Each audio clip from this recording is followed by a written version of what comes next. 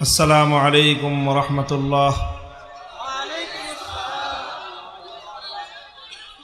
إن الحمد لله نحمده ونستعينه ونستغفره ونؤمن به ونتوكل عليه ونشهد أن لا إله إلا الله وحده لا شريك له ونشهد أن سيدنا وسندنا وحبيبنا وطبيب قلوبنا ومولانا محمد صلى الله تعالى عليه وعلى آله وأصحابه وبارك وسلم تسليما كثيرا. وبعد فأعوذ بالله من الشيطان الرجيم. بسم الله الرحمن الرحيم. إن الذين قالوا ربنا الله ثم استقاموا تتنزل عليهم الملائكة ألا تخافوا ولا تحزنوا وأبشروا بالجنة التي كنتم توعدون نحن أولياؤكم في الحياة الدنيا وفي الآخرة ولكم فيها ما تشتهي أنفسكم ولكم فيها ما تدعون نزلا من غفور رحيم.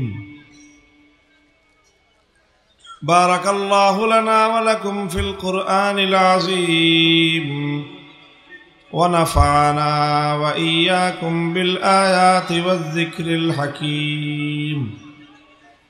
اللهم صل على محمد وعلى آل محمد كما صليت على إبراهيم وعلى آل إبراهيم إنك حميد مجيد.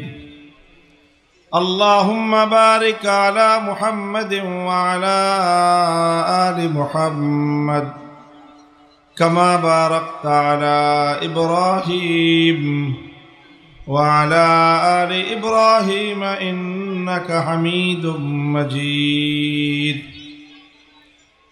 محترم حضرات উলামায়ে কেরাম, সম্মানিত শ্রদ্ধাভাজন আমার মুরব্বী সাহেবান, সমবেত ইসলাম প্রিয়, কোরআন প্রেমিক, নবী প্রেমিক, তাওহীদি মুসলমান ভাই ও বন্ধুগণ, পর্দার অন্তরালে অবস্থানরত আমার সম্মানিত মা ও বোনেরা, নলচক মাদ্রাসার উদ্যোগে আয়োজিত আজকের এই মাহফিলে আল্লাহ পাক আমাদেরকে আসার এবং বসার তৌফিক দিয়েছেন। উলামায়ে কেরাম এবং নেক লোকদের সোহবতে কিছু মূল্যবান সময় আমাদেরকে অতিবাহিত করার তৌফিক দিয়েছেন।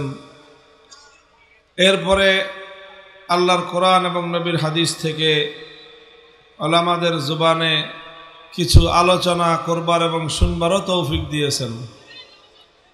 এই সবগুলোই আল্লাহর পক্ষ থেকে আমাদের উপর মেহেরবানি। এই জন্য আল্লাহ রাব্বুল আলামিনের দরবারে শুকরের হাদিয়া পেশ করি, আলহামদুলিল্লাহ।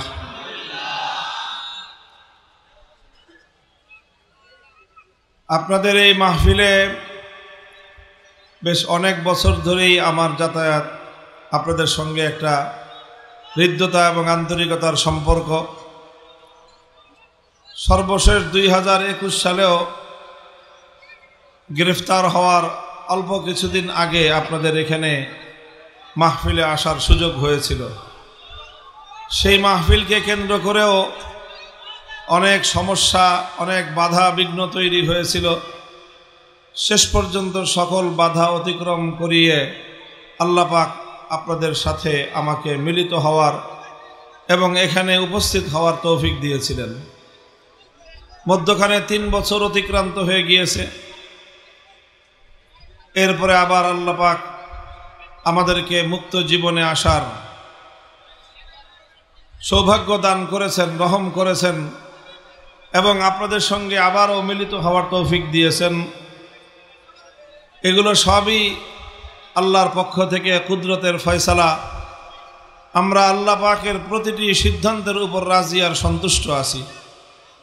আল্লাহর কাছে আমরা দরখাস্ত করি, আবেদন করি, আল্লাহ যেন আমাদের উপর রাজি আর খুশি হয়ে যান।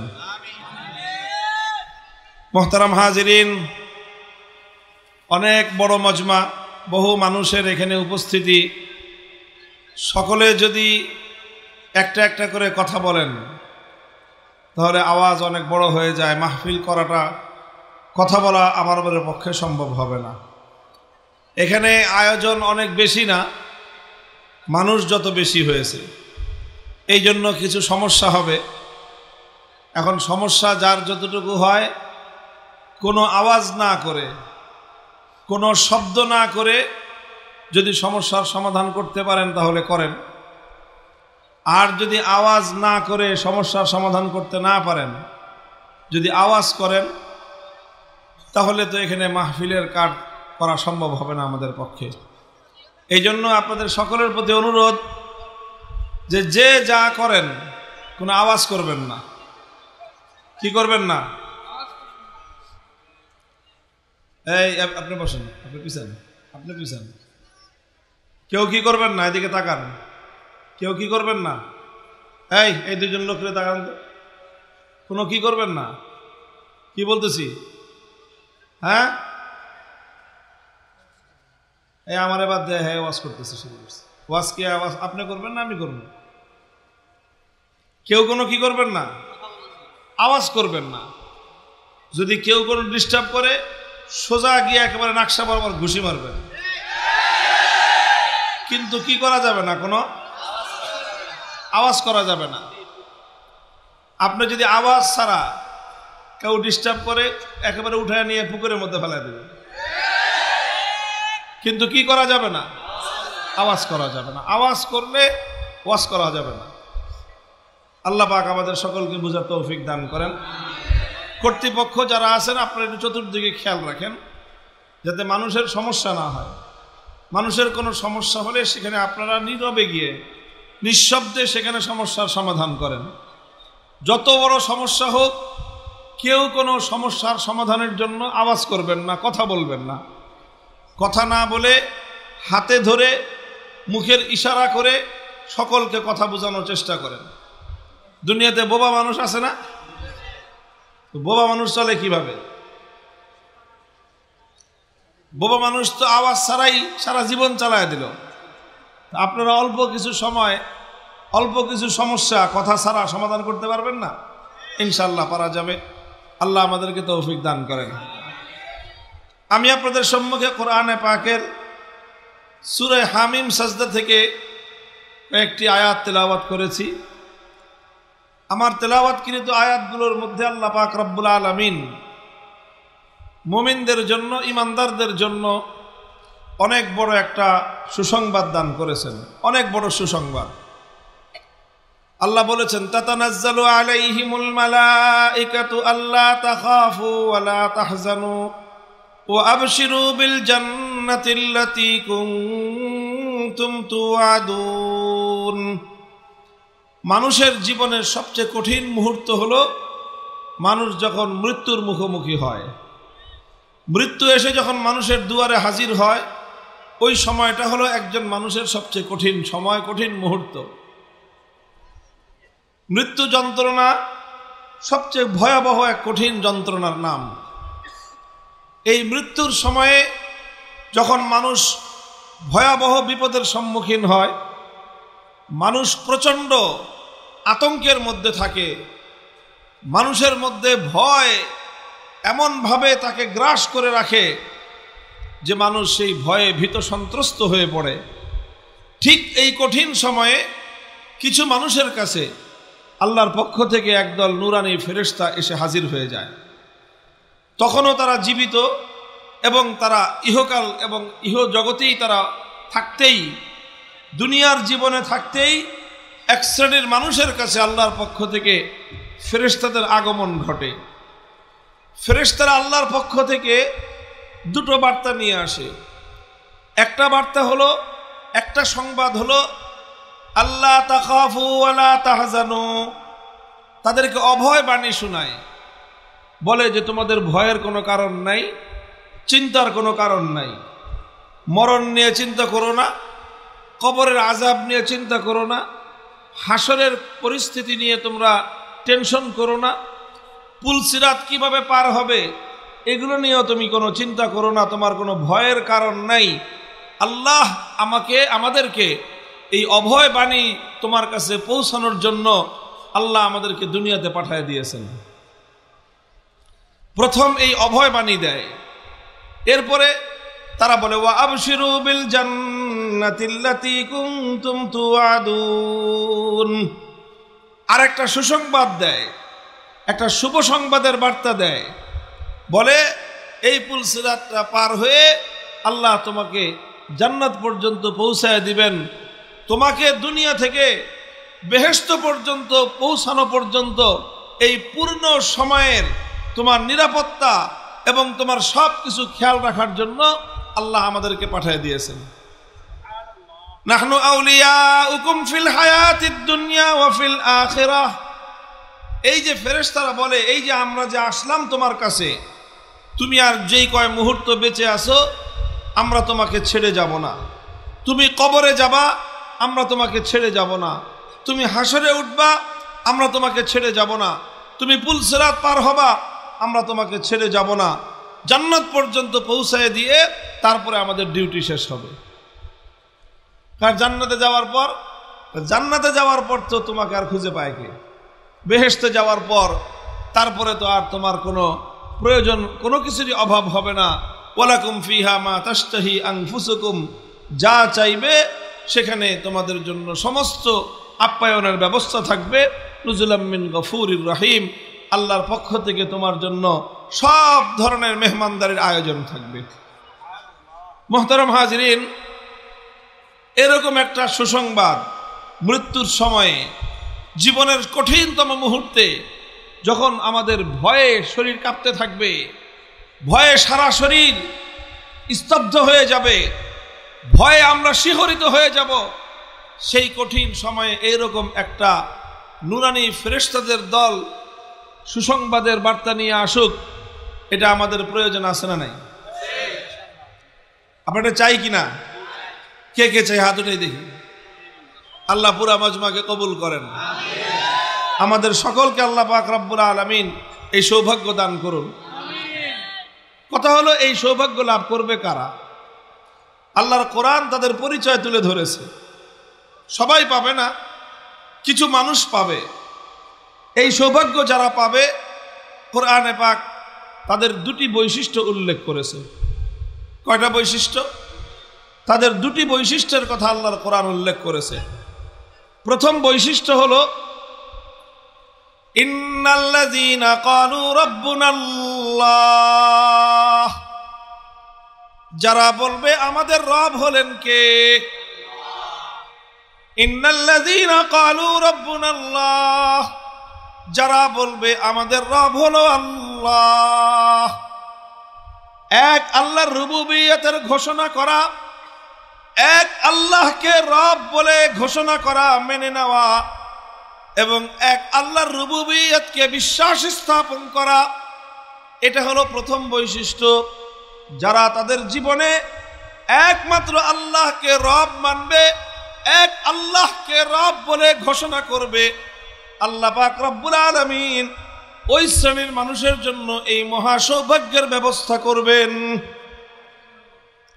এটা হলো প্রথম গুণ, যে রব মানতে হবে কাকে? এক আল্লাহকে। দুই নম্বর বৈশিষ্ট্য হলো সুম্মাস্তাকামু, শুধু আল্লাহর উপর ঈমান আনলেন, একত্ববাদকে বিশ্বাস করলেন, আল্লাহর রুবুবিয়তের ঘোষণা দিলেন। এই এক ঘোষণা দিয়েই শেষ নয়, বরং দ্বিতীয় বৈশিষ্ট্য হলো মৃত্যু পর্যন্ত এই ঘোষণার উপর অটল এবং অবিচল থাকতে হবে। কোরআনের শব্দ হলো ইস্তাকামু, অর্থাৎ ইস্তেকামতের সাথে থাকতে হবে। শব্দটা আমরা সকলেই যদি কোরআনে পাকের একটা পরিভাষা, আরবি একটা পরিভাষা মুখস্থ করি, খারাপ হবে না ভালো হবে? তাহলে বলেন আমার সাথে, ইস্তেকামত ইস্তেকামতের সাথে থাকতে হবে। কিসের সাথে? ইস্তেকামত শব্দের অর্থ হলো অটলতা, অবিচলতা। ইস্তেকামত অর্থ কি? অর্থাৎ অটল থাকতে হবে, অবিচল থাকতে হবে, পাহাড়ের মতো দৃঢ় এবং মজবুত থাকতে হবে। অনেক মানুষ তাদের ঈমান হয় কচু পাতার পানির মতো। কচু পাতার পানি বুঝেন? কচু পাতার পানি মানে দেখতে খুব সুন্দর লাগে।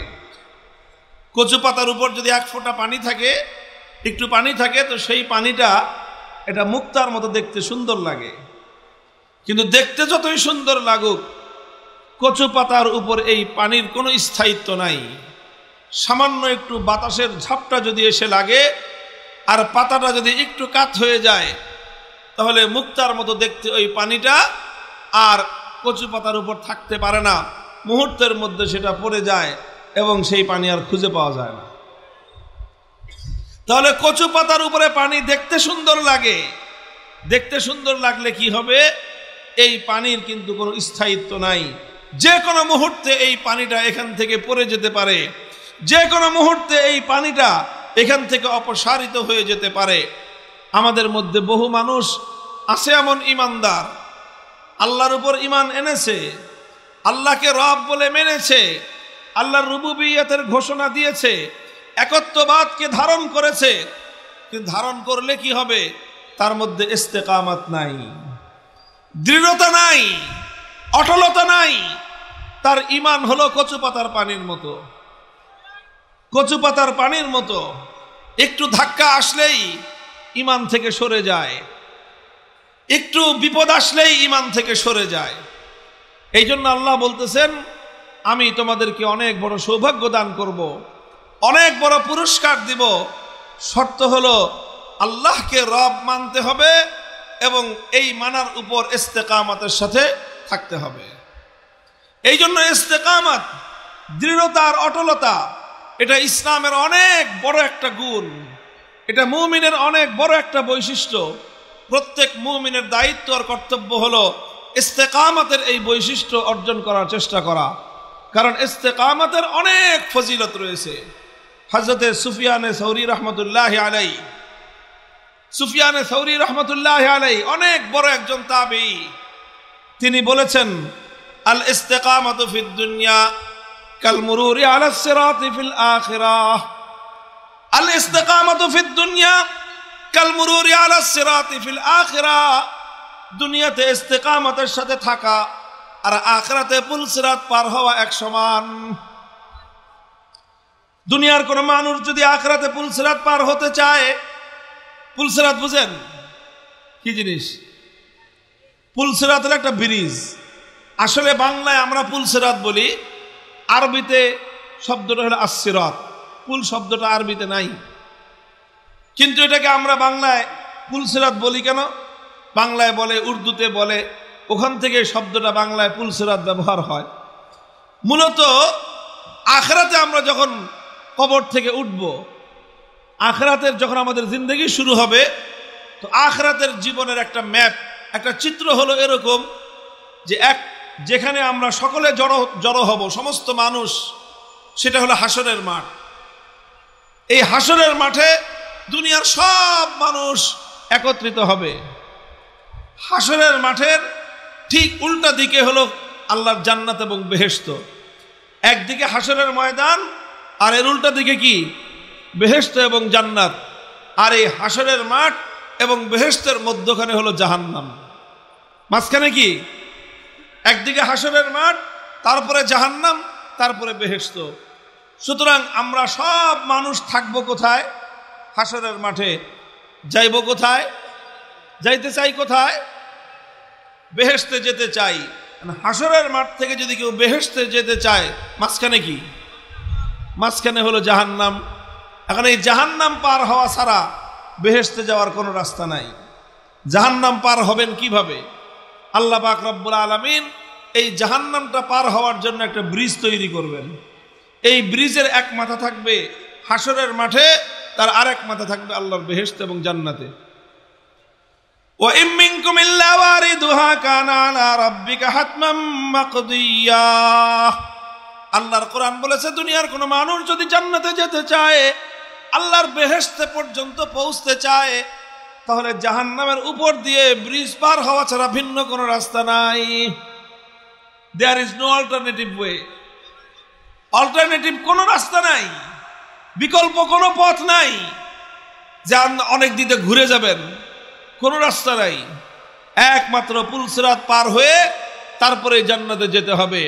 যারা পুলসিরাত পার হতে পারবে তারা জান্নাতে যেতে পারবে, যারা পুলসিরাত পার হতে পারবে না তাদের কপালে বেহেশতও জুটবে না। তো এই যে পুলসিরাত এবং এই যে জাহান্নামের উপর দিয়ে যে ব্রিজ, এই ব্রিজ পার হইতে চান কে কে বলেন? আল্লাহ কবুল করেন সবাইকে। হযরত সুফিয়ান সাউরি রাহমাতুল্লাহি আলাইহি বলেন, আখিরাতে এই হাসরের মাঠ থেকে আল্লাহর জান্নাত পর্যন্ত যাওয়ার জন্য যেই ব্রিজ, যেই পুল নির্মিত আছে, যেই সিরাত এবং যেই রাস্তা নির্মিত হয়েছে, এই রাস্তা দিয়ে যদি কেউ জাহান্নামের থেকে অতিক্রম করে আল্লাহর জান্নাত পর্যন্ত পৌঁছতে চায়, তাহলে তার জন্য উপায় হলো আল ইস্তিকামাতু ফিদ দুনিয়া কাল মুরুরি আলাস সিরাতি ফিল আখিরাহ। দুনিয়াতে যে ইস্তিকামতের সাথে থাকবে, আখিরাতে সে পুলসিরাত পার হতে পারবে। যে আখিরাতে পুলসিরাত পার হতে চায় সে যেন দুনিয়াতে ইস্তিকামতের সাথে থাকে। ইস্তিকামত দৃঢ় থাকা, ঈমানের উপর অটল থাকা, ঈমানের উপর অবিচল থাকা, ঈমানের উপর অনড় থাকা, এটা মুমিনের অনেক বড় বৈশিষ্ট্য। এই বৈশিষ্ট্য ছাড়া মুমিন প্রকৃত অর্থে মুক্তি এবং নাজাত লাভ করতে পারবে না। এই জন্য শাইখুল ইসলাম ইবনে তাইমিয়া রাহমাতুল্লাহি আলাইহি বলেছেন, আল ইস্তিকামাতু আফজালুল কারামাহ। এই পৃথিবীতে অনেক মানুষের অনেক কারামতি আছে। কারামতি তো বুঝেন, ওয়া কারামাতুল আউলিয়া হাক্কুন। আমরা আল্লাহ ওয়ালাদের কাছ থেকে নানা রকম কারামাত দেখতে পাই, জানতে পাই, শুনতে পাই। আল্লাহ ওয়ালাদেরকে আল্লাহ পাক রব্বুল আলামিন কারামাতের এই বৈশিষ্ট্য আল্লাহ দান করেন যে তাদের অনেক অলৌকিক আল্লাহ পাক রব্বুল আলামিন সক্ষমতা দান করেন। এটাকে বলা হয় কারামাত, বাংলায় আমরা বলি কেরামতি। শাইখুল ইসলাম ইবনে তাইমিয়া রাহমাতুল্লাহি আলাইহি বলেন, আকাশে শূন্যের উপর দিয়ে উড়ে যাওয়া এটা বড় কারামত নয়, আগুনের উপর দিয়ে হেঁটে যাওয়া এটা বড় কারামত নয়, মুহূর্তের মধ্যে এক দেশ থেকে আরেক দেশে চলে যাওয়া এটা বড় কারামত নয়। বরং এই পৃথিবীতে মানুষের জন্য সবচেয়ে বড় কারামত হলো একজন মানুষ যদি ইস্তিকামতের সাথে অটল আর দৃঢ় থাকতে পারে, সেটাই হলো দুনিয়ার সবচেয়ে বড় কারামত। এটা অনেক বড় কারামত। হযরত জুনায়েদ বাগদাদী রাহমাতুল্লাহি আলাইহি সম্পর্কে তার জীবনীতে পাওয়া যায় যে এক লোক জুনায়েদ বাগদাদীর অনেক কথা শুনেছে, অনেক নাম শুনেছে তার, সারা দুনিয়ার মানুষের কাছে ওনার সুপরিচিতি, সুখ্যাতি, মনে করছে অনেক বড় বুজুর্গ তিনি, না জানি তার কত কারামত থাকবে। তো ওই লোকটা জুনায়েদ বাগদাদীকে দেখার জন্য, পরখ করার জন্য আসছে যে অনেক বড় আল্লাহওয়ালা, অনেক বড় বুজুর্গ, তাহলে ওনার অনেক কারামত থাকবে, ওনার সঙ্গে কিছুদিন থাকি আর ওনার কারামত আমি একটু দেখি। সে লোকটা অনেক দিন থাকছে, মনে করেন 30-40 দিন, এক চিল্লা পর্যন্ত থাকছে। থাকার পরে লোকটা হতাশ হয়ে সে জুনায়েদ বাগদাদীকে বলতেছে যে হুজুর, আমি তো আসছিলাম অনেক আশা নিয়ে। কি আশা নিয়ে? শুনছি মানুষ আপনাকে অনেক বড় আল্লাহওয়ালা বলে, আপনি নাকি অনেক বড় বুজুর্গ। তো এই জন্য আমি আসছিলাম, মনে করছি এত বড় আল্লাহওয়ালা, এত বড় বুজুর্গ, না জানি তার কত রকম কারামত থাকবে। সে তো কোনো সময় মাটির উপর দিয়ে হাঁটবেই না, সে আকাশ দিয়ে উড়ে যাবে, পানির নিচ দিয়ে চলে যাবে, আগুনের উপর দিয়ে হাঁটে যাবে, এইসব কত রকম কেরামতি দেখব, এই আশা নিয়ে আমি আসছিলাম। কিন্তু একটা মাস থাকলাম, কোনো কেরামতি তো আপনার দেখলাম না, আপনি কি বুজুর্গ হইলেন? জুনায়েদ বাগদাদী রাহমাতুল্লাহি আলাইহি লোকটাকে বুঝতে পারলেন যে এই লোকটা তো আসলে প্রকৃত মানুষের নেককারী, প্রকৃত মানুষের দিনদারি কি সেটা বুঝতেই পারে নাই। তাকে বোঝানোর জন্য বললেন, আচ্ছা ঠিক আছে, তুমি হতাশ হয়ে ফিরে যাচ্ছ, যাও, কিন্তু যাওয়ার আগে আমাকে একটা প্রশ্নের উত্তর দাও। এই যে এতদিন যে আমার সাথে থাকলা, আমাকে আল্লাহর নবীর সুন্নতের খেলাফ কোনো কাজ করতে দেখেছো? কয় না, তা তো দেখি নাই। আপনি একেবারে কোরআন হাদিস মোতাবেক সুন্নতের উপর আপনি আমল করেন, আল্লাহর প্রত্যেকটা হুকুম পালন করেন, নবীর প্রতিটা তরিকা আপনি মেনে চলেন। বললেন তখন যে দেখো একটা লোক 1 মাসের মধ্যে আল্লাহর নবীর সুন্নতের খেলাফ একটা কাজ করলো না, সে আল্লাহর হুকুমের উপর নবীর তরিকার উপর এত দৃঢ় আর অটল থাকে, ইস্তেকামতের সাথে থাকতে পারে, দুনিয়াতে এর চেয়ে বড় আর কোনো কারামত হতেই পারে না। আল্লাহ পাক রব্বুল আলামিন আমাদের সকলকে ইস্তেকামতের সাথে থাকার তৌফিক দান করেন। এই ইস্তেকামত অনেক হিম্মতের কাজ, অনেক সাহসিকতার কাজ। ইস্তেকামতের সাথে থাকতে হবে ইনশাআল্লাহ। রব বলেছি কাকে? রব বলেছি কাকে? জোরে বলেন। আল্লাহকে রব বলবেন আর এমনি খুব সহজেই দুনিয়ার জীবন পার হয়ে সুরসুরায়ে জান্নাতে চলে যাবেন, ব্যাপারটা কিন্তু এত সহজ না। আহাসিবান নাসু আন ইউতরাকু আন ইয়াকুলু আমান্না ওয়া হুম লা ইফতানুন। আল্লাহর কোরআন বলতেছে দুনিয়ার মানুষ কি এটা চিন্তা করে আন ইয়াকুলু আমান্না ওয়া হুম লা ইফতানুন, যে মানুষ বলবে যে আমি ঈমানদার, ঈমানদার মুখে শুনেই, মুখে বললেই আল্লাহ পাক রব্বুল আলামিন মানুষকে সব ঘাটি পার করে জান্নাত পর্যন্ত পৌঁছে দিবেন। তার জীবনে কোনো পরীক্ষা আসবে না, তার জীবনে তাকে কোনো পরীক্ষা দিতে হবে না। মানুষ কি এমনটা ভেবেছে? কোশ্চেনকালেও এটা হতে পারে না। তুমি যখন বলবা আমি ঈমানদার, পরীক্ষা তোমাকে দিতে হবে। তুমি যখন পরিচয় ধারণ করবা আমি ঈমানদার, তুমি যখন ঘোষণা করবা আমার রব হলো আল্লাহ, তখন তোমার জীবনে অনিবার্যভাবে পরীক্ষা আসবে। আর তুমি যদি সেই পরীক্ষায় কামিয়াবি অর্জন করতে চাও, তুমি যদি আল্লাহর কাছ থেকে জান্নাতের পুরস্কার লাভ করতে চাও, তাহলে তোমাকে অবশ্যই সেই পরীক্ষার মুখে ইস্তেকামতের সাথে থাকতে হবে, অটল থাকতে, চল থাকতে হবে। আলহামদুলিল্লাহ, যুগে যুগে ইসলামের ধারক বাহক যারা, তারা এইভাবেই অটল এবং অবিচল থেকে থেকেই, ইস্তেকামতের সাথে থেকে থেকেই পরীক্ষায় উত্তীর্ণ হয়ে গিয়েছেন। আর এভাবেই 1500 বছর পর পর্যন্ত আমাদের কাছে আল্লাহর দিন, সহি দিন, সঠিক দিন আমাদের কাছ পর্যন্ত এসে পৌঁছেছে। ইস্তেকামতের সাথে থাকতে হবে। ইস্তেকামতের পথে দুটো বাধা আসে। কয়টা বাধা? তলব করে বলেন, কয়টা বাধা? ইস্তেকামতের সাথে থাকতে হবে। ঈমান আনলাম, পার পেয়ে গেলাম, ব্যাপারটা এমন নয়। ঈমান আনছেন, পরীক্ষা দিতে হবে। ঈমান এনেছেন, বাধার সম্মুখীন হতে হবে। ঈমান এনেছেন, প্রতিকূলতার সম্মুখীন হতে হবে। ঈমান গ্রহণ করেছেন, আপনাকে বাধার সম্মুখীন হতে হবে। ঈমান আনাটাই দায়িত্ব, শেষ নয়। ঈমান এনেছেন, কবর পর্যন্ত ঈমানকে রক্ষা করে তারপরে পরীক্ষায় উত্তীর্ণ হয়ে যেতে হবে। এইভাবে ঈমান আনার পর অটল এবং অবিচল থাকার নামই হলো ইস্তেকামত। এই ইস্তেকামতের পথে 2 ধরনের বাধা আসে। কয় রকম বাধা বললাম? 2 ধরনের বাধা। প্রথম বাধা আসে হলো যখন মানুষ ইস্তেকামতের সাথে, দৃঢ়তার সাথে আল্লাহর দ্বীনের উপর থাকতে চায়। প্রথম বাধা মানুষের সামনে আসে, মানুষকে লোভ লালসা দেখানো হয়। কি দেখানো হয়? লোভ লালসা দেখানো হয়। কখনো টাকার লোভ, কখনো সম্পদের লোভ, কখনো বাড়ি গাড়ির লোভ, কখনো ক্ষমতার লোভ, কখনো হালুয়া রুটির লোভ, কখনো মসনদের লোভ। নানা রকম লোভ লালসার মাধ্যমে ঈমানদারের ঈমানকে হরণ করার চেষ্টা করা হয়। নানা রকম লোভ লালসার মাধ্যমে মুমিনকে তার সরল এবং সঠিক পথ থেকে তাকে বিচ্যুত করার জন্য ষড়যন্ত্র চলতে থাকে। এরপরে যদি মুমিন এই পরীক্ষায় সে উত্তীর্ণ হয়ে যায়, কোনো লোভ লালসার ফাঁদে যদি সে পা না দেয়, কোনো লোভের কারণে সম্পদের সামনে, টাকার সামনে যদি সে তার ঈমান বিক্রি না করে, সে যদি অটল আর অবিচল থাকতে পারে, তাহলে তার সামনে এরপরে আসে দ্বিতীয় বাধা। কয় নম্বর বাধা? 2 নম্বর বাধা আসে। 2 নম্বর বাধাটা হলো কি? 2 নম্বর বাধাটা হলো তার উপরে ভয় ভীতি আসে। কি আসে? কখনো তাকে হত্যা করার ভয় ভীতি দেখানো হবে, কখনো তাকে মেরে ফেলবার ভয় ভীতি দেখানো হবে, কখনো তাকে গুম করার ভয় ভীতি দেখানো হবে, কখনো তাকে জেল জুলুমের ভয় দেখানো হবে, কখনো তাকে গর্দান উড়িয়ে দেওয়ার ভয় দেখানো হবে। সমস্ত ভয় ভীতি আসবে, সব ধরনের ভয় ভীতি আসবে। বুলেটের আঘাত আসবে, কারুনের, জালিমের আঘাত আসবে, হামলা আসবে, জীবনের উপর হামলা আসবে, মানের উপর হামলা আসবে, ইজ্জতের উপর হামলা আসবে, সন্তানের উপর হামলা আসবে, সব কিছু হামলা মামলা সব উপেক্ষা করে আমরণ ঈমানের পথে, দ্বীনের পথে অটল থাকার নামই হলো ইস্তেকামাত।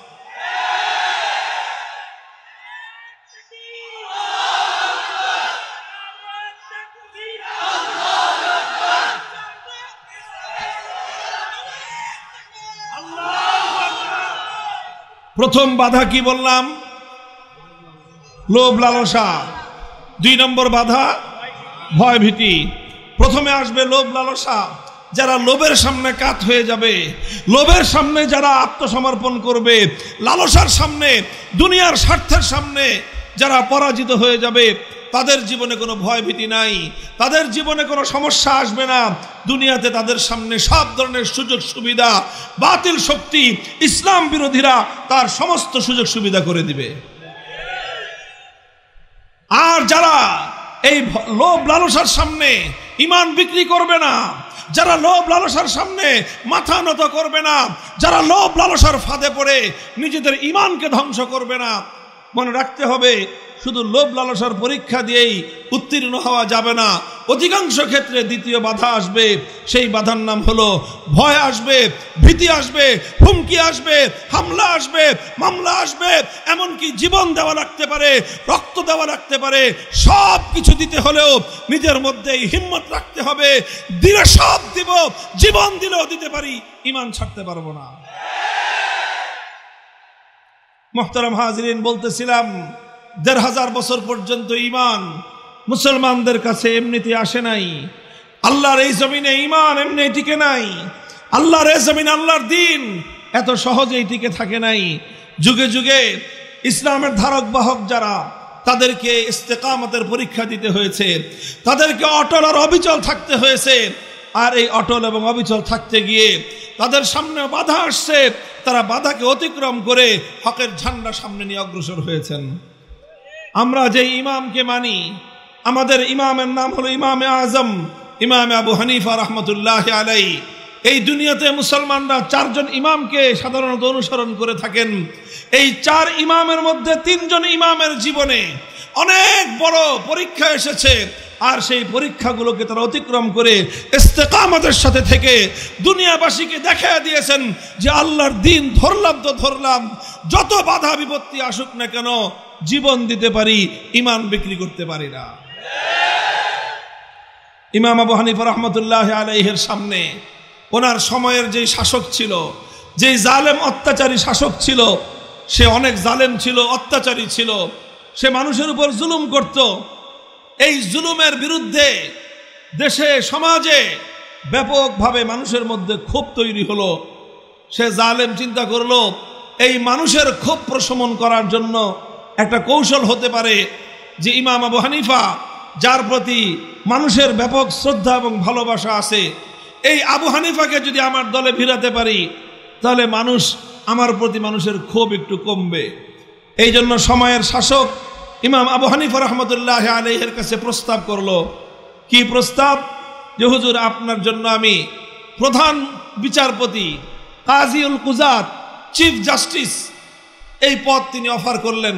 যে হুজুর, আপনি প্রধান বিচারপতির পদ গ্রহণ করেন, অনেক সম্মান পাবেন, অনেক মর্যাদা পাবেন, অনেক বেতন ভাতা পাবেন, অনেক ফ্যাসিলিটি, অনেক প্রোটোকল, অনেক কিছু পাবেন। প্রধান বিচারপতির পদ গ্রহণ করেন। ওনাকে ওনার হক পথ থেকে সরানোর জন্য, অন্যায়ের বিরুদ্ধে কথা বলার এই কণ্ঠকে স্তব্ধ করে দেওয়ার জন্য অত্যাচারী জালিম শাসক ইমাম আবু হানিফার সামনে লোভ লালসার এই ফাঁদ পাতল এবং ওনাকে ক্ষমতার মসনদের লোভ দেখালো যে আপনি বিচারপতির আসন গ্রহণ করেন। ইমাম আবু হানিফা রহমতুল্লাহ আলাইহি দেখলেন, আমি যদি অত্যাচারী জালিমের অধীনে প্রধান বিচারপতির মসনদ গ্রহণ করি তাহলে এর দ্বারা এই জালিম অত্যাচারীকে সমর্থন জানানো হবে। আমি যদি তার অধীনে প্রধান বিচারপতি হই তাহলে তার প্রতি আমাকে সমর্থন ব্যক্ত করা লাগবে। এতে মানুষ বিভ্রান্তিতে পড়বে, মানুষ মনে করবে যে ইমাম আবু হানিফার মতো লোক যদি এই জালেম শাসকের পক্ষে থাকে তাহলে আর আমরা এর বিরুদ্ধাচরণ করার দরকার কি। এই জন্য ইমাম আবু হানিফা রাহমাতুল্লাহি আলাইহি প্রধান বিচারপতির পদ, এত সম্মান, এত মর্যাদা, এত সুযোগ সুবিধার এই পদকে তিনি লাথি মারলেন। বললেন যে ইমাম আবু হানিফা নুমান ইবনে সাবিত কোন অত্যাচারী জালেম শাসকের অধীনে সরকারি চাকরি করবে না। লোভকে তিনি পরাস্ত করলেন, লোভের বাধাকে তিনি অতিক্রম করলেন। প্রথম বাধা অতিক্রম হলেই শেষ, এরপরে আরো বাধা আছে। এরপরে 2 নম্বর বাধা। 2 নম্বর বাধাটা কি? ভয় ভীতির বাধা। সেটা সেই বাধাই আরোপ করলো। ইমামকে পুলিশ পাঠায় জালেম অত্যাচারী শাসক অ্যারেস্ট করলো, গ্রেফতার করলো, জেলখানার অন্ধকার কারা প্রকোষ্ঠে তাকে বন্দী করলো, আর বলল যতদিন পর্যন্ত আপনি এই প্রধান বিচারপতির পদ গ্রহণ করে আমার প্রতি আপনি সমর্থন ব্যক্ত না করবেন ততদিন পর্যন্ত কারাগার থেকে আপনার মুক্তি নাই। ইমাম আবু হানিফা বললেন, কারাকে বরণ করে নিলাম, কারাগারের অন্ধকার প্রকোষ্ঠকে বরণ করে নিলাম, বন্দিত্বকে বরণ করে নিলাম, স্বাধীনতাকে বিসর্জন দিলাম, সমস্ত কষ্টকে আমি হাসি মুখে বরণ করে নিলাম, কিন্তু আমার পক্ষে একজন অত্যাচারী জালেম শাসকের প্রতি সমর্থন ব্যক্ত করা সম্ভব নয়। তিনি ওইভাবেই জালিমের জিন্দানখানায় বন্দিত্বকে বরণ করলেন, জালিমের জিন্দানখানায় তিনি আটক থাকলেন। জালিম চিন্তা করলো এইভাবে আটক রেখে লাভ কি, কিছুদিন পরে যদি আবার বের হয় তাহলে এই ইমামের জনপ্রিয়তা তো আরো বেড়ে যাবে।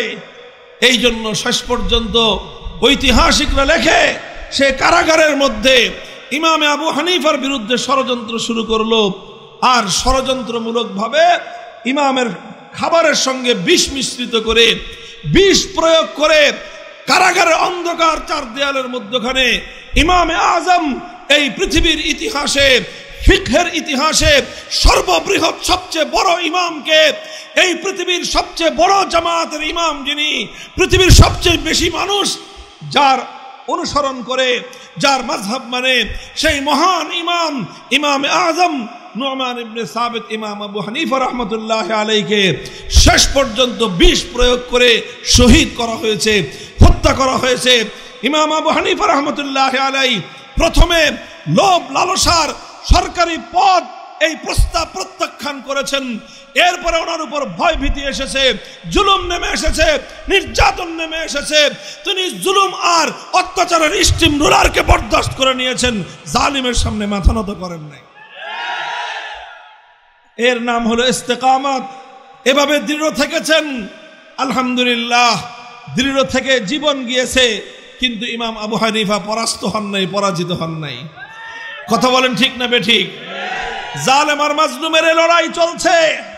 জালেম হয়তো মাজলুমকে কখনো কখনো দমন করতে পারে, জালেম কখনো মাজলুমকে হত্যা করতে পারে, জালেম কখনো মাজলুমের রক্ত দিয়ে আল্লাহর জমিন রঞ্জিত করতে পারে, জালেম কখনো মাজলুমের রক্ত দিয়ে শাপলা চত্বরের পিচ ঢালা পথকে লাল করতে পারে, জালেম কখনো মাজলুমের রক্ত দিয়ে হাটহাজারীর মাঠকে রঞ্জিত করতে পারে, জালেম কখনো মাজলুমের রক্ত দিয়ে শহীদ বাড়িয়াকে শহীদ বাড়িয়ায় পরিণত করতে পারে, জালেম কখনো মাজলুমের জীবনকে কোণঠাসা করতে পারে, জালেম কখনো মাজলুমের সম্মানের হানি ঘটাতে পারে, জালেম কখনো মাজলুমকে কারাগারের অন্ধকার প্রকোষ্ঠে বন্দী করতে পারে, কিন্তু জালেম কখনো মাজলুমের সঙ্গে, যদি মাজলুম হকের উপর থাকে, হকের সঙ্গে বিজয় অর্জন করতে পারে না।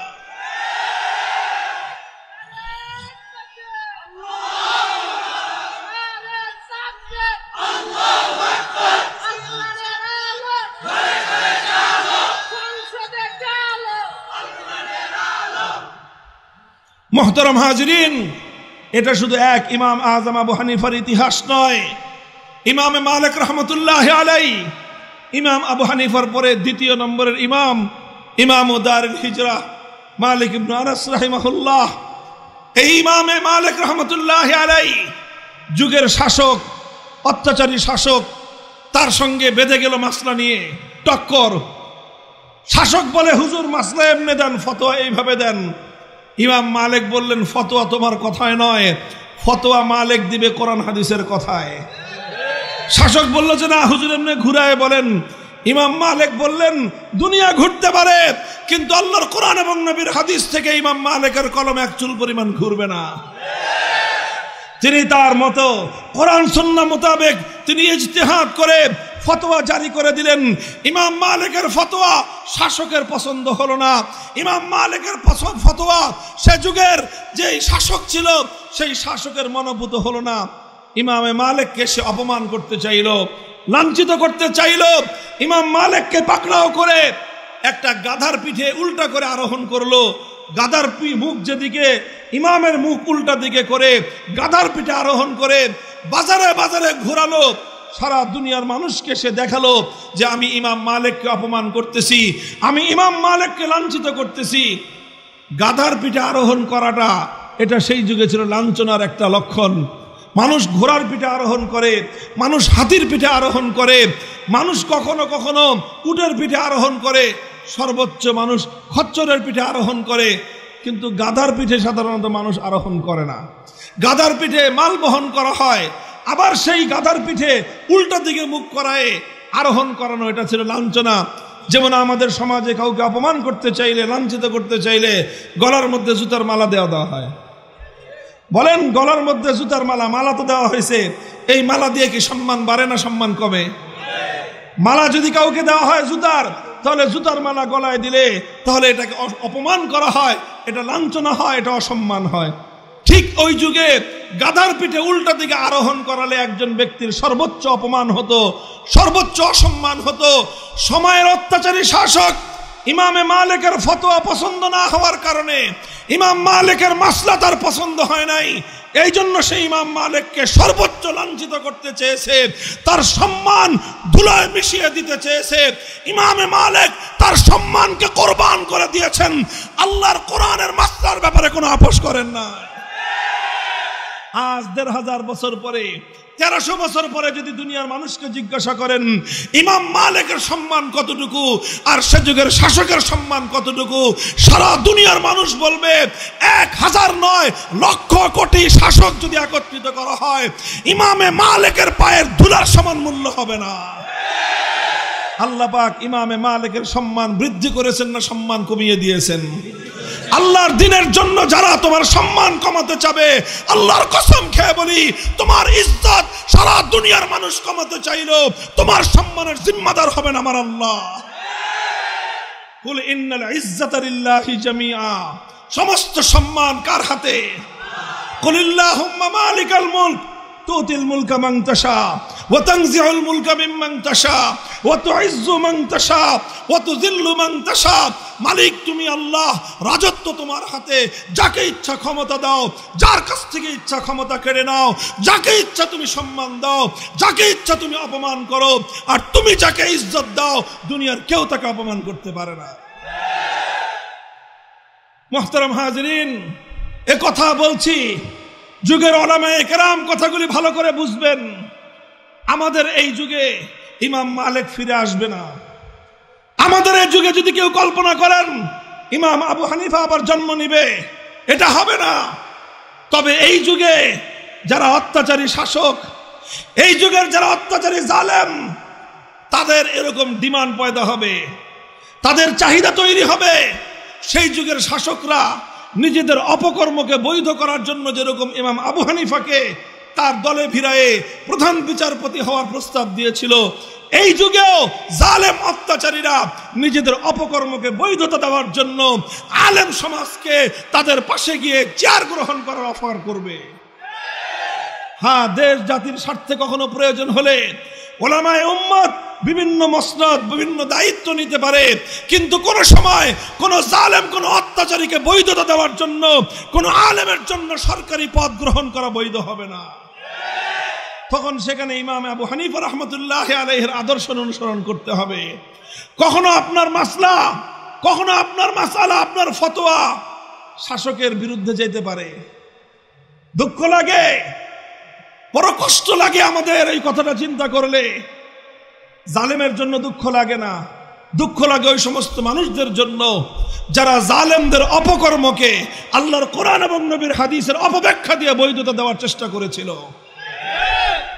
আমাদের এই দেশে ভাস্কর্যের বিষয় নিয়ে বিতর্ক তৈরি হয়েছিল। আমরা পরিষ্কার ভাষায় বলেছিলাম, যে কোনো ব্যক্তির ভাস্কর্য হোক, এটা মূর্তি, আর কোন প্রাণীর মূর্তি বানানোর অবকাশ ইসলামের মধ্যে নাই, শরীয়তের মধ্যে নাই।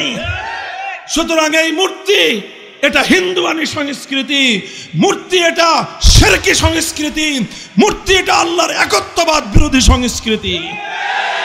দ্ব্যর্থহীন ভাষায় আমরা কথা বলেছিলাম। আমাদের মতো আরো অনেকেই বলেছিলেন যে এইভাবে মুসলমানদের জনপদে, মুসলিম দেশের স্থানে স্থানে, বিভিন্ন পয়েন্টে পয়েন্টে, বিভিন্ন গুরুত্বপূর্ণ স্থাপনায় কোন ব্যক্তির মূর্তি বানাবেন, এটা ইসলাম সমর্থন করে না। একটি মুসলিম জাতির দেশে এটাকে কোনোদিন এটাকে সমর্থন করা যায় না। এতে ওনারা নারাজ হইলেন। ওনারা চেয়েছিলেন ওনার বাবার মূর্তি বানাবেন। আমি তখন বলেছিলাম যে দেখেন, আমরা আপনাদের কল্যাণকামী, আপনাদের প্রতি আন্তরিক পরামর্শ দেই। মুহাম্মদুর রাসূলুল্লাহ সাল্লাল্লাহু আলাইহি ওয়াসাল্লামের ইতিহাস আমি উদ্ধৃত করেছিলাম। আমি বলেছিলাম, আমার নবী যেদিন মক্কা বিজয় করলেন, মক্কায় আসলেন, পবিত্র বাইতুল্লাহর সামনে আসলেন, ওয়াহাউলাহু 360 নুসবান। আল্লাহ নবী এসে দেখেন বাইতুল্লাহর সামনে, উপরে, নিচে, ভিতরে 360টা মূর্তি বসানো। আল্লাহ নবী বললেন, সবগুলি মূর্তি একটা একটা করে এটাকে ভূপাতিত করো।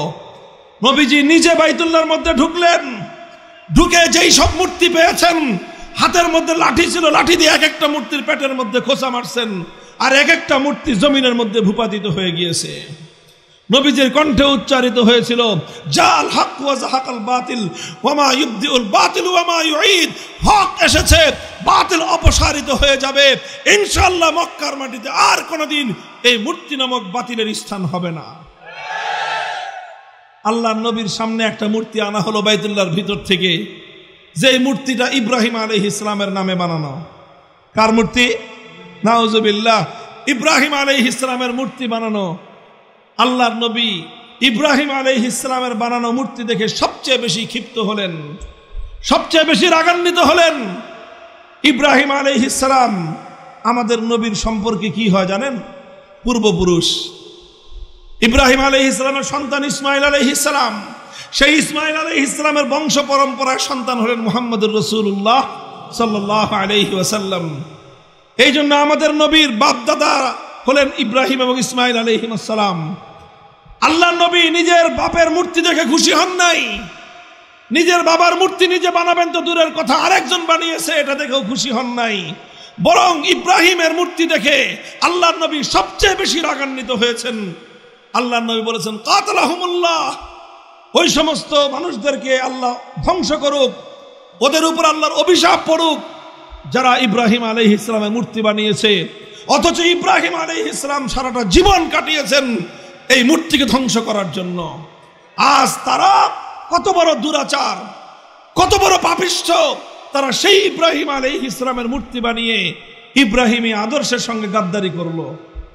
এই ইতিহাস বলে আমি বলেছিলাম যে দেখেন, নিজের পূর্বপুরুষদের মূর্তি বানানো এটা নবীজির আদর্শ নয়, বরং আমার নবীর আদর্শ হলো নিজের হাতে নিজের বাপদাদার মূর্তি ভেঙ্গে গুড়িয়ে দেওয়া। কাজেই কেউ যদি নিজের বাপদাদার মূর্তি ভাঙে, এটাই হবে আল্লাহর নবীর আদর্শ। আর যারা বাপদাদার মূর্তি বানায় তারা আবু জাহালের প্রেতাত্মা।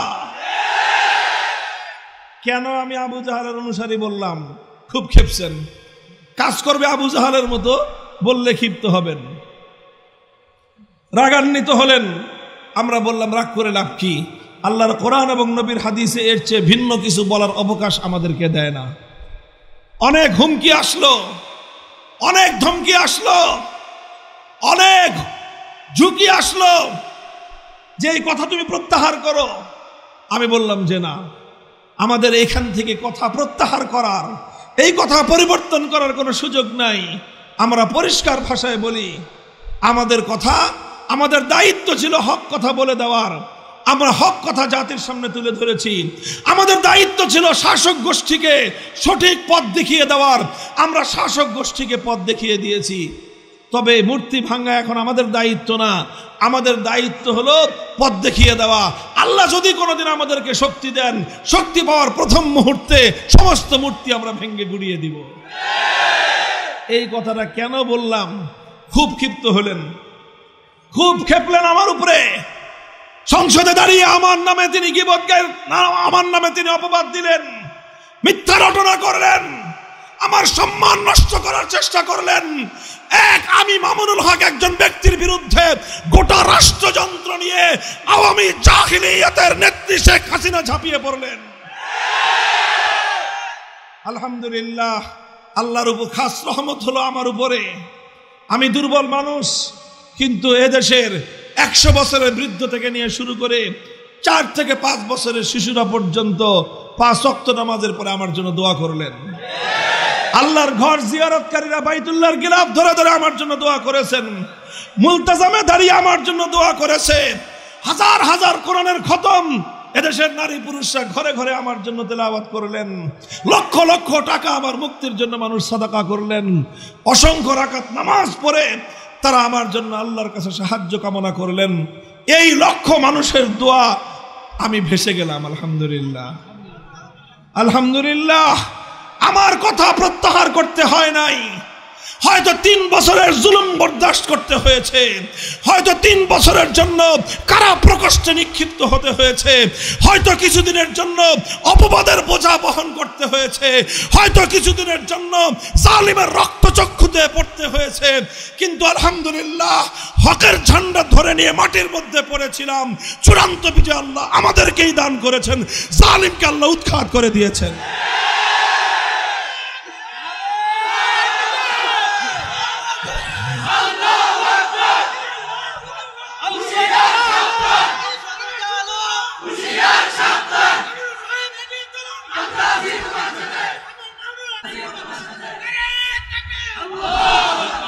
মুহতারাম হাজিরিন, অত্যাচারী শাসকরা সব যুগেই এমন হয়ে থাকে, অত্যাচারী শাসকরা সব যুগেই এমন হয়ে থাকে। তবে কোন যুগের শাসক বড় জালিম হয়, কোনটা মাঝারি জালিম হয়। আমাদের কপাল খারাপ ছিল, আমাদের যুগের জালেমটা বিগত 100 বছরের মধ্যে নিকৃষ্টতম জালিম পড়েছিল। আমি চ্যালেঞ্জ করে বলতে পারবো, বাংলাদেশের ইতিহাস 100 বছরের ইতিহাস আপনারা ঘেটে দেখুন, এত বড় জালিম বিগত 100 বছরের দ্বিতীয়টা যায় নাই। এইভাবে জুলুম করলো। জালেমের আচরণ এটাই হবে, শাসক তার ক্ষমতার মসনদ রক্ষা করার জন্য সব ধরনের জুলুমের পথ অবলম্বন করে। এটা না হয় মেনে নিলাম, কিন্তু মানতে কষ্ট হয় ওই সকল লোকদের কথা যারা আল্লাহর কোরআনের আয়াতগুলোকে অপব্যাখ্যা করে, আল্লাহর কোরআনের আয়াতগুলোর অপব্যাখ্যা করে, ইসলামের অমীয় বাণীগুলোর অপব্যাখ্যা করে সেই সময়ে অত্যাচারী জালেমের এই শিরককে বৈধতা দেওয়ার চেষ্টা করেছিলেন। খুঁজে খুঁজে বের করবেন ওই সমস্ত লোকগুলাকে, এদেরকে চিহ্নিত করবেন, কারণ এই সমস্ত লোকেরাই আল্লাহর দ্বীনের সবচেয়ে বড় ক্ষতির কারণ। মুহতারাম হাজিরিন, বলেছিলাম ইমামে আজম আবু হানিফা রাহমাতুল্লাহি আলাইহি, তাকে লোভ দিয়ে, লালসা দিয়ে, দুনিয়ার স্বার্থ দিয়ে হকের পথ থেকে বিচ্যুত করার চেষ্টা করা হয়েছে। তিনি স্বার্থকে জলাঞ্জলি দিয়েছেন, ইমানকে জলাঞ্জলি দেন নাই। এরপরে ওনাকে বন্দী করা হয়েছে, অত্যাচার করা হয়েছে, শেষ পর্যন্ত ওনাকে হত্যা করা হয়েছে, জীবন দিয়ে দিয়েছেন, কিন্তু হকের ঝান্ডাকে ভুলণ্ঠিত হতে দেন নাই। ইমামে মালিক রাহমাতুল্লাহি আলাইহি অপমান সহ্য করেছেন, লাঞ্ছনা সহ্য করেছেন, গঞ্জনা সহ্য করেছেন, কিন্তু হকের কথা এক চুল পরিমাণ পরিবর্তন করেন নাই। ইমামে আহমদ ইবনে হাম্বল রাহমাতুল্লাহি আলাইহি, একই ইতিহাস সময়ের শাসকের সঙ্গে ওনার বাদাবাদি হয়ে গেল। শাসক বলে এক কথা, যেই কথায় কোরআনে নাই। শাসক বলে এক কথা, যেই কথা নবীর হাদিসে নাই। শাসক বলে যে আমার এই কথার বিরোধিতা করতে পারবেন না কেউ। ইমাম আহমদ ইবনে হাম্বল বললেন যে না, আল্লাহর কোরআন যেই কথা বলেছে সেই কথার বিরুদ্ধে তুমি যত বড় শাসক হও না কেন, তোমার কথা গ্রহণযোগ্য হতে পারে না। তিনি বললেন, শাসক বলেছিল আল্লাহর কোরআন ক্ষণস্থায়ী, ইমাম আহমদ বললেন আমার আল্লাহর কালাম এটা চিরস্থায়ী। আল্লাহ যেরকম চিরস্থায়ী, আল্লাহর কালামও এরকম চিরস্থায়ী। শাসকের কথার বিপরীত হয়ে গেছে, শাসকের কথার বিপরীত হয়ে গেছে। এখন কেন শাসকের কথার বিরুদ্ধে বলল ইমাম আহমদ ইবনে হাম্বল? ইমাম আহমদ ইবনে হাম্বলকে অ্যারেস্ট করলো, গ্রেফতার করে নিয়ে কারাগারের মধ্যে বন্দী করলো। এরপরে ইমাম মালিক ইমাম আহমদের উপর যেই জুলুম আর যে অত্যাচার কারাগারের মধ্যে হয়েছে, পৃথিবীর ইতিহাসের বর্বরতম এক অধ্যায় সেখানে রচিত হলো। একজন ব্যক্তি একদিন খুব শক্তিশালী, খুব পালোয়ান, ওই লোকটার সামনে দিয়ে ইমাম আহমদ ইবনে হাম্বল হেঁটে যায়। আরেকজন তার শক্তিমত্তার প্রশংসা করতেছে যে ভাই তুমি তো বিরাট পালোয়ান মানুষ। তখন সে ইমাম আহমদ ইবনে হাম্বলকে দেখায় বলে যে আরে ভাই আমরা কি পালোয়ান, এই যে হুজুর দেখতেছো হ্যাংলা পাতলা জীর্ণ শীর্ণ হুজুরটা, আমি আমার জীবনে এই হুজুরের মতো পালোয়ান মানুষ দেখি নাই। বলে কি বলো, এই হুজুরকে দেখতে তো মরারটা লাগে, উনি আবার এত পালোয়ান হলেন কিভাবে? তখন সে বলল যে দেখো ইতিহাস আমি নিজে প্রত্যক্ষদর্শী, যে আমি এই কারাগারের একজন জল্লাদ ছিলাম, কারাগারে একজন জল্লাদ ছিলাম। বাদশার পক্ষ থেকে, শাসকের পক্ষ থেকে আমাদের 10 জন লোক নিয়োগ ছিল।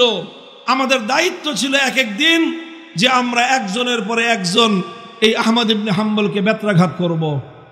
একজন ক্লান্ত হয়ে গেলে বেত্রাঘাত করতে করতে করতে করতে ক্লান্ত হয়ে যেতাম, দ্বিতীয় জন শুরু করত, দ্বিতীয় জন মারতে মারতে ক্লান্ত হয়ে গেলে তৃতীয় জন শুরু করত। আমরা একে একে 10টা লোক এই লোকটাকে বেত্রাঘাত করতে করতে আমরা ক্লান্ত হয়ে যেতাম, কিন্তু মায়ের খাইতে খাইতে আল্লাহর বান্দা ক্লান্ত হতো না। তার মুখে একটাই কথা থাকতো, ইতুনি বিকিতাবিল্লাহি ওয়া সুন্নতি রাসূলিহি আত্তাবিকুম। আহমদ ইবনে হাম্বলকে জুলুম করে তার মুখ থেকে অন্যায় স্বীকৃতি নিবা কোশ্চিনকালেও সম্ভব না। আল্লাহর কোরআনের দলিল আনো, আল্লাহর নবীর হাদিসের দলিল আনো। আমাকে আঘাত করা লাগবে না, আমাকে কিছু বলা লাগবে না, কোরআন হাদিসের কথা আমি সানন্দ চিত্তে গ্রহণ করব। আর কোরআনের বিরুদ্ধে কথা, নবীর হাদিসের বিরুদ্ধে কথা মারতে মারতে আমাকে টুকরো টুকরো করতে পারবা। আমার শরীরের প্রতিটি টুকরো থেকে, আমার শরীরের প্রতি ফোঁটা রক্ত থেকে আল্লাহর কোরআনের কথা, নবীর সুন্নাহর আদর্শের কথা উচ্চারিত হবে।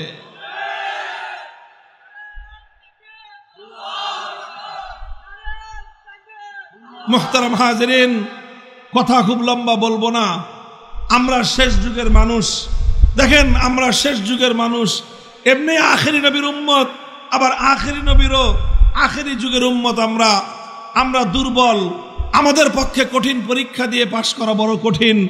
এই জন্য আমরা আল্লাহর কাছে সবসময় দোয়া করি, আল্লাহুম্মা ইন্না নাসআলুকাল আফিয়া, আল্লাহুম্মা ইন্না নাসআলুকাল আফওয়া ওয়াল আফিয়া ওয়াল মুআফাতাদ দাইমাতা ফিদ দুনিয়া ওয়াল আখিরাহ। আয় আল্লাহ, আমাদেরকে তুমি আফিয়াতের জীবন দান করো, তুমি আমাদেরকে কঠিন পরীক্ষার সম্মুখীন করো না। তবে হিম্মত রাখতে হবে, আল্লাহ যতটুকু পরীক্ষার সম্মুখীন আমাদেরকে করবেন, ইনশাআল্লাহ আমরা যদি হকের ঝান্ডা ধারণ করতে পারি, আল্লাহর সাহায্য আমাদেরকে পাশে থাকবে, আল্লাহর সাহায্য আমাদের পাশে থাকবে। হে মুসলমান, এই জন্য একটু উঠে দাঁড়াও, একটু হিম্মত করো, আর একটা ধাক্কা দাও। এই সমাজ থেকে সকল অন্যায়, সকল অবিচার, সকল তাগুত, সমস্ত বাতিল ইনশাআল্লাহ নির্মূল হয়ে যাবে, নির্মূল হয়ে হকের ঝান্ডা সমুন্নত হবে। তোমাদেরকে ইস্তেকামতের সাথে থাকতে হবে, অটল থাকতে হবে, অবিচল থাকতে হবে। হয়তো কিছুদিন কারাবরণ করা লাগতে পারে, কিছু মানুষের জীবন দেওয়া লাগতে পারে। আরে জীবন তো প্রতিদিনই কিছু মানুষের যাচ্ছে, কথা বলেন, যাচ্ছে কি যাচ্ছে না? কত রোড অ্যাক্সিডেন্টে মানুষ মারা যাচ্ছে, কত জায়গায় দুর্ঘটনার শিকার হয়ে মানুষ মারা যাচ্ছে, কত মানুষ, ইয়াং মানুষ, 35 বছরের যুবক, সুস্থ তাগড়া যুবক হঠাৎ হার্ট অ্যাটাক করে মারা যাচ্ছে। অসংখ্য অগণিত ঘটনা, আগুন লেগে শত শত মানুষ মারা যাচ্ছে, পানিতে ডুবে শত শত মানুষ মারা যাচ্ছে, দুর্ঘটনার শিকার হয়ে শত শত মানুষ মারা যাচ্ছে। প্রতিদিন হাসপাতালগুলোতে রোগে আক্রান্ত হয়ে শত শত মানুষ মারা যাচ্ছে। জীবন যখন পেয়েছি, জন্ম যখন নিয়েছি, মরতেও তো একদিন হবে। শপথ করো, মরবো তো একদিন ইনশাআল্লাহ। যেদিন আমার মৃত্যু নির্ধারিত সময়, সেদিনই আমি মরবো, তার আগে মরতে চাইলেও মরা যাবে না। ভয় কিসের? আল্লাহর জমিনে আল্লাহর দিন জিন্দা করবার হিম্মত করো। ইনশাআল্লাহ আমার আর তোমার এই মাতৃভূমি সোনার বাংলার মাটিতে আল্লাহর দিন জিন্দা হবে। আমাদের ইয়াং জেনারেশন, তরুণ প্রজন্ম চোখে আঙ্গুল দিয়ে দেখিয়ে দিয়েছে।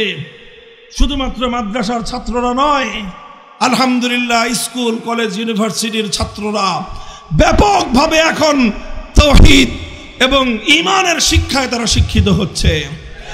তাদের মধ্যে তাওহীদের আলো জ্বলছে, তাওহীদের মশাল জ্বলছে। তাদের অন্তরের মধ্যে বাতিলের বিরুদ্ধে বিদ্রোহের আগুন জ্বলছে। এ আগুন ইনশাআল্লাহ কেউ নিভাতে পারবে না।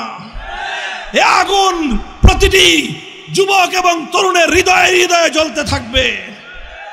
5ই আগস্টের বিপ্লব আমাদের জন্য একটা অনেক বড় আল্লাহর পক্ষ থেকে উৎসাহব্যঞ্জক একটা ঘটনা। সেই যে 2021 সালে 2020 সালে আমরা ভাস্কর্য নিয়ে লড়াই করলাম, আমরা কথার লড়াই করলাম। কথার লড়াই করার পর আমাদের কণ্ঠ বন্ধ করে দিল, আমাদেরকে কারাগারে বন্দী করে দিল, আমাদেরকে কারাগারে বন্দী করে সমস্ত জুলুম নির্যাতন আমাদের উপর চালালো।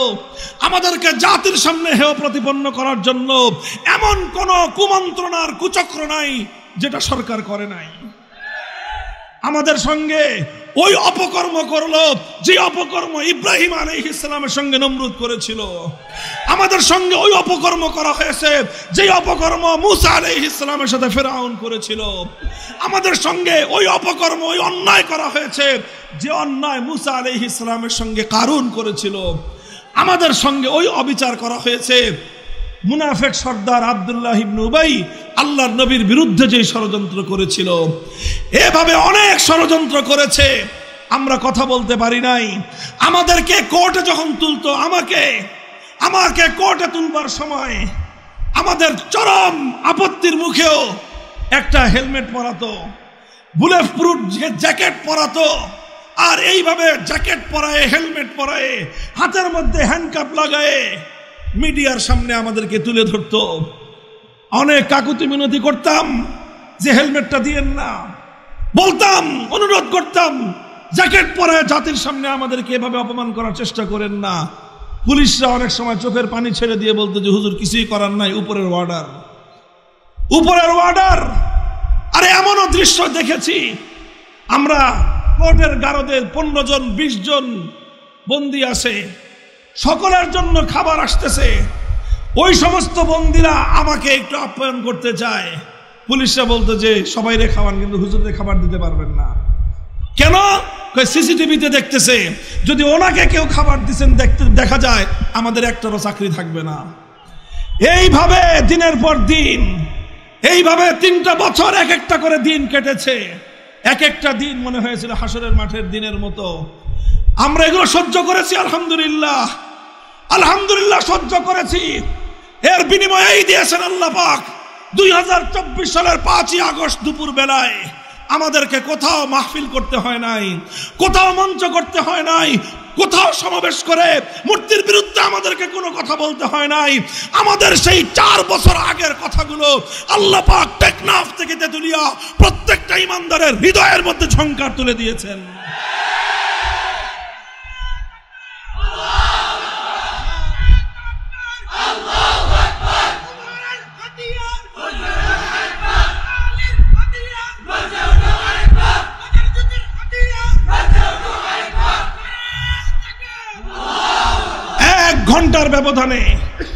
এক ঘন্টার ব্যবধানে আলহামদুলিল্লাহ টেকনাফ থেকে তেতুলিয়া শুধু শেখ মুজিবুর রহমান সাহেবের না, যত সাহেবের মূর্তি ছিল বাংলার তৌহিদি জনতা সমস্ত মূর্তি তৌহিদি চেতনায় উজ্জীবিত হয়ে বুড়িগঙ্গার পানিতে ভাসিয়ে দিয়েছে।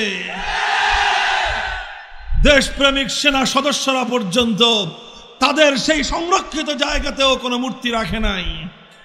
সুপ্রিম কোর্টের মতো সংরক্ষিত জায়গা, আমরা বলেছিলাম মুসলমানদের বিচারালয়, মুসলমানদের আদালত, থেমিসের মূর্তি বসায়েন না।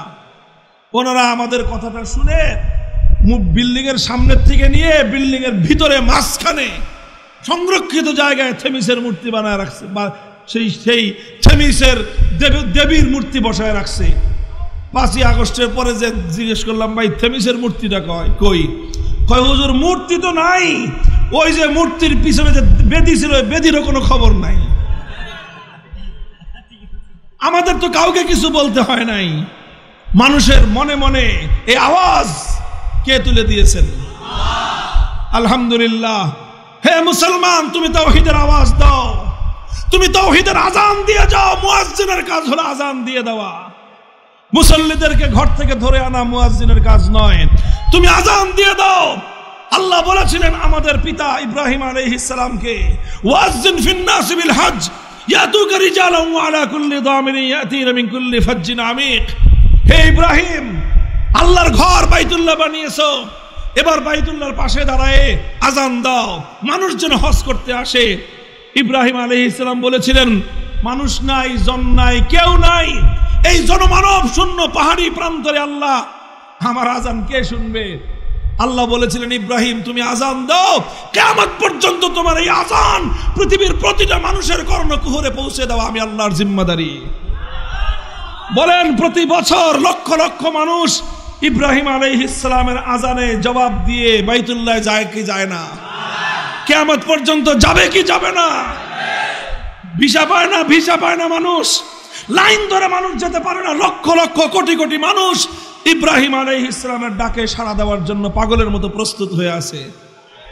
ইব্রাহিম আলাইহিস সালাম চিন্তা করেছিলেন, আমি আজান দিলে শুনবে কে?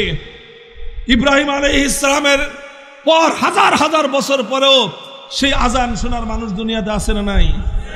হে তাওহীদের অনুসারীরা, হে ইব্রাহিমী আদর্শের পতাকাবাহীরা, আল্লাহর পয়গম্বর ইব্রাহিমের উত্তরসূরিরা, আল্লাহর নবী মুহাম্মদ আরবি সাল্লাল্লাহু আলাইহি ওয়াসাল্লামের সচ্চা উম্মতেরা, তোমরা উঠো, দাঁড়াও, তাওহীদের আজান দাও, তাওহীদের আজান দাও। এই আজানের ধ্বনি আল্লাহ পাক প্রতিটি মুমিনের অন্তরে অন্তরে প্রতিধ্বনিত করবেন। আমাদের দুর্বল কণ্ঠের 2020 সালের আজান 2024 সালের 5ই আগস্ট এভাবেই প্রতিধ্বনিত হয়ে গোটা বাংলাদেশকে মূর্তি থেকে পবিত্র করে দিয়েছে। ভবিষ্যতে যারা জুলুম করবেন ইতিহাসগুলো পড়ে নেবেন, ভবিষ্যতে ইতিহাসগুলো পড়ে নেবেন। ওলামায়ে কেরামকেও বলবো, ইনশাআল্লাহ সুম্মা ইনশাআল্লাহ মাথায় পাগড়ি বাঁধেন, আল্লাহর দ্বীনের জন্য নিজেদেরকে একটু পেশ করেন। আল্লাহ তো আমাদের কাছ থেকে ইমাম আবু হানিফার মতো এত কঠিন পরীক্ষা নেবেন না, আল্লাহ আমাদের কাছ থেকে ইমাম মালিক আর ইমাম আহমদের মতো এত কঠিন পরীক্ষা নেবেন না। আমরা দুর্বল, আমরা একটু কদম উঠাই, একটু সাহস করি, আল্লাহ পাক ইনশাআল্লাহ সাহায্য করবেন এবং হকেরই বিজয় হবে ইনশাআল্লাহ। কথা বলেন ঠিক না বেঠিক? মুহতারাম হাজিরিন, ইনশাআল্লাহ এভাবে আল্লাহর দ্বীনের জন্য প্রস্তুত আছি তো? প্রস্তুত আছেন তো? 5ই আগস্টের বিপ্লব মনে রাখবেন, এটাকে যে যেইভাবে ব্যাখ্যা করুক না কেন, এটাকে যে যেভাবে বিশ্লেষণ করুক না কেন, 5ই আগস্টের যে অভ্যুত্থান, এর যে বিপ্লব, এই বিপ্লবের যেই দৃশ্য সারা দুনিয়া দেখেছে, একটা দৃশ্যই দেখার মতো হয়েছে, সেই দৃশ্যটা হলো মূর্তির অপসারণ। কাজেই 5ই বিপ্লবের আইকনিক যে সিম্বল, 5ই আগস্ট বিপ্লবের আইকনিক সিম্বল হলো মূর্তির বিরুদ্ধাচরণ। এদেশের মানুষ মূর্তিকে বরদাস্ত করে না। হিন্দুরা তাদের মন্দিরে মূর্তি রাখবে, সেটা তাদের ধর্মীয় ব্যাপার, ওটা নিয়ে আমাদের আপত্তি নাই। কিন্তু মুসলিম জনপদে রাষ্ট্রীয় ব্যয়ে রাষ্ট্রীয়ভাবে কোনো মূর্তি বানানো যাবে না। যদি আবার কেউ অপকর্ম করে, আবার শাহজালালের উত্তরসূরিরা আবার গৌর গোবিন্দের বিরুদ্ধে মাঠে নামবে ইনশাআল্লাহ। হ্যাঁ, প্রস্তুত আছেন তো? পাহারাদারি করবেন, পাহারাদারি।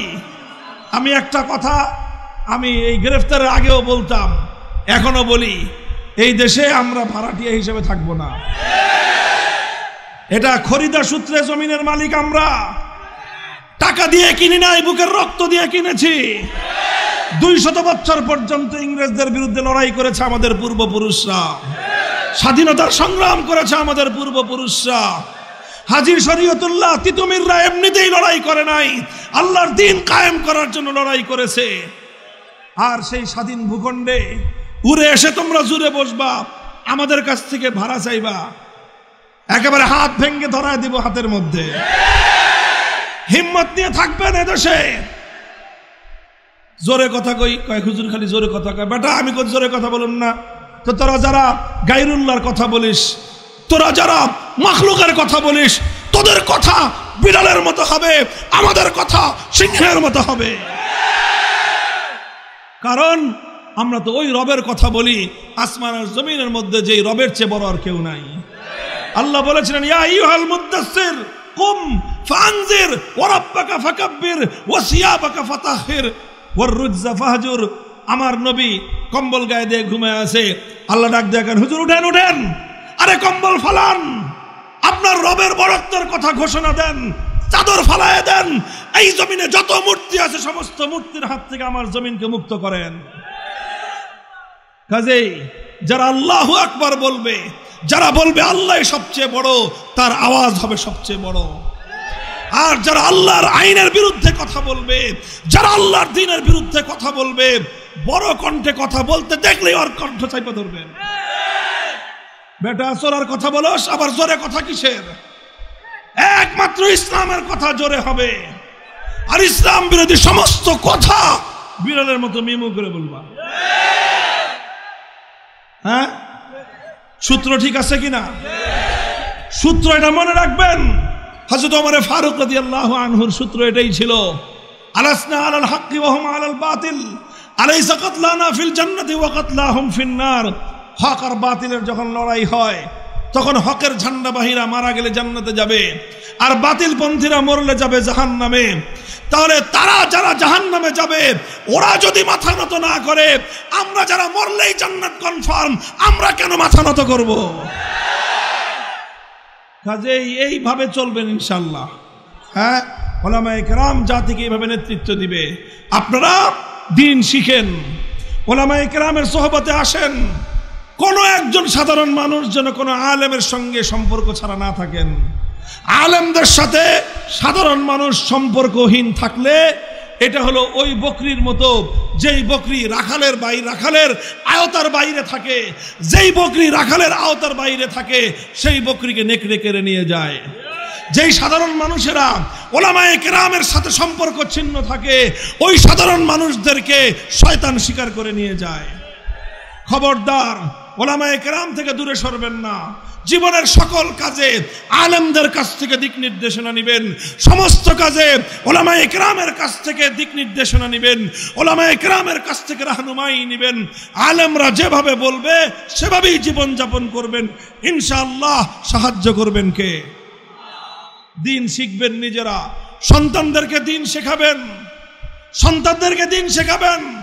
অনেক প্রয়োজন সামনে আলেমের, অনেক প্রয়োজন। বিপ্লব আসতেছে ইনশাআল্লাহ, ইনশাআল্লাহ বিপ্লব আসতেছে। এই জমিনের বিধান হবে আল্লাহর কোরআনের সংবিধান ইনশাআল্লাহ। কোরআনী সংবিধান অনুযায়ী রাষ্ট্র পরিচালনা করার জন্য অনেক লোকের দরকার পড়বে। কাজেই সন্তানদেরকে আলেম বানান।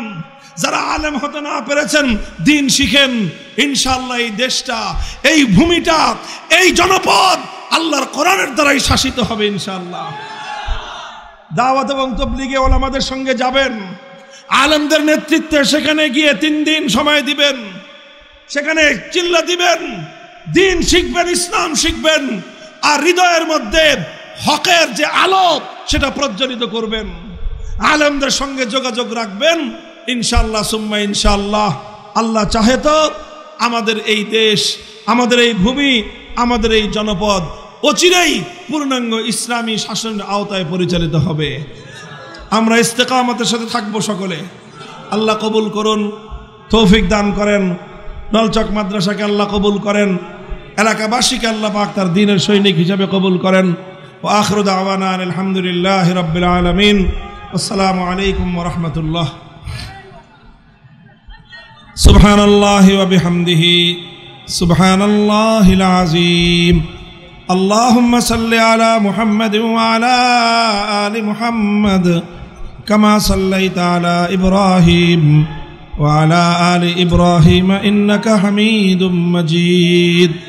আয় আল্লাহ ইলাহুল আলামিন রব্বুল আলামিন, আমাদের মাহফিলকে আপনি কবুল ফরমান। দীর্ঘ সময় পর্যন্ত উলামায়ে কেরামের কাছ থেকে আয় আল্লাহ